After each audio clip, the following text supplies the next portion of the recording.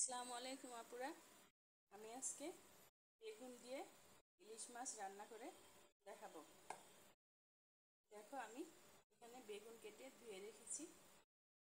আর এই যে আমার মাছ, আমিও মাছগুলা কেটে এই যে ধুয়ে রেখে দিয়েছি।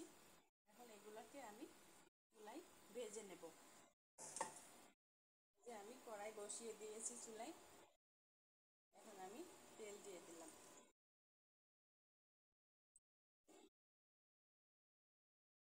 এখানে আমি হলুদ আর লবণ দিয়ে মাছগুলা মাখিয়ে নিলাম। এখন আমি কড়াইয়ে ভেজে নেব।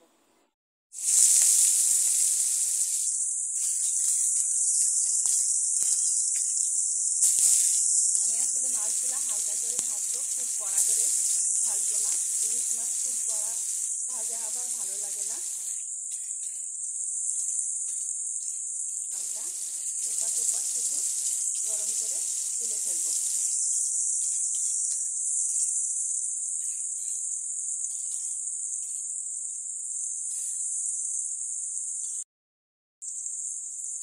আমার এক সাইড ভাজা হয়ে গেছে।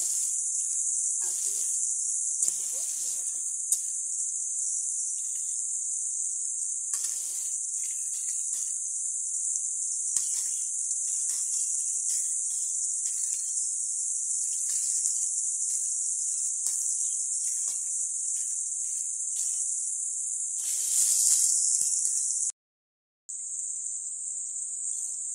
মাছগুলা ভাজা হয়ে গেছে। আমি প্রত্যেকটা মাছ উঠিয়ে নেব।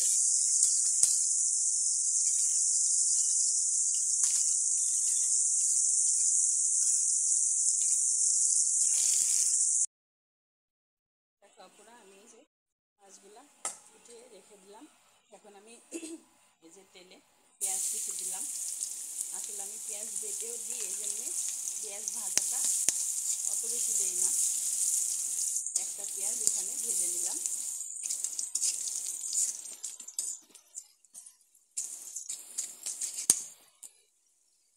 আর এই যে এখানে আমি পেঁয়াজ, কাঁচামরিচ আর জিরা আর কিছু সরিষা আমি বেটে রেখে দিয়েছিলাম, এগুলা দিয়ে দিলাম।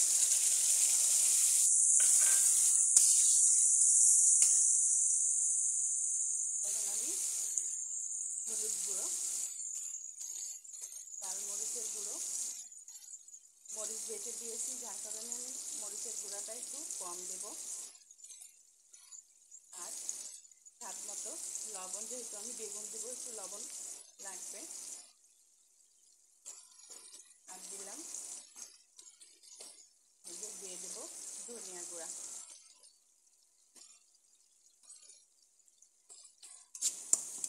এখন আমি মশলাটাকে কষিয়ে নেব। আমার মশলাটা কষানো হয়ে গেছে। এখন আমি বেগুনগুলো দিয়ে দেবো। বেগুনগুলা দিয়ে দিলাম। এখন এটাকে আমি এভাবে কষিয়ে নেব।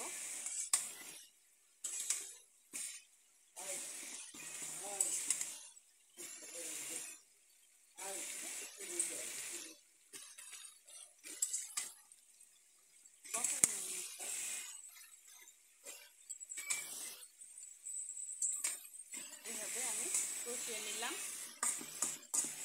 কষিয়ে নিতে হবে, এইভাবে ভালোভাবে কষিয়ে নিতে হবে। এখন আমি এটাকে ঢেকে দেবো।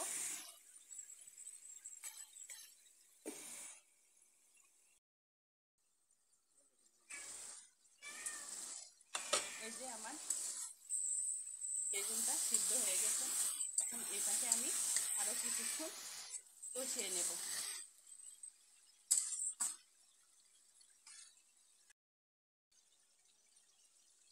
আমার বেগুনটা সুন্দর মতো কষানো হয়ে গেছে। এখন আমি এখানে পানি দিয়ে দিলাম।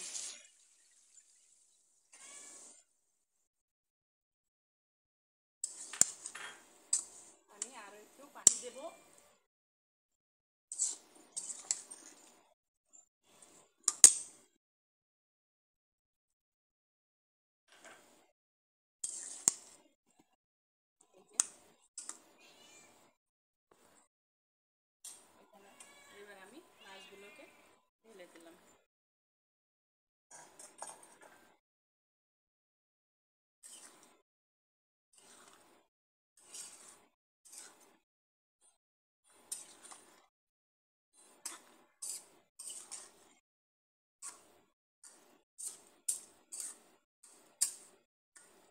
মাছগুলো সহ আর একটু জ্বালিয়ে নেব, জাল দিয়ে নেব। এই যে আপুরা দেখো, এই ছিল আজকের আমার বেগুন দিয়ে ইলিশ মাছ রান্না। আমার রান্না যদি তোমাদের ভালো লেগে থাকে তাহলে প্লিজ লাইক, কমেন্ট, শেয়ার এবং সাবস্ক্রাইব করে দিও। আল্লাহ।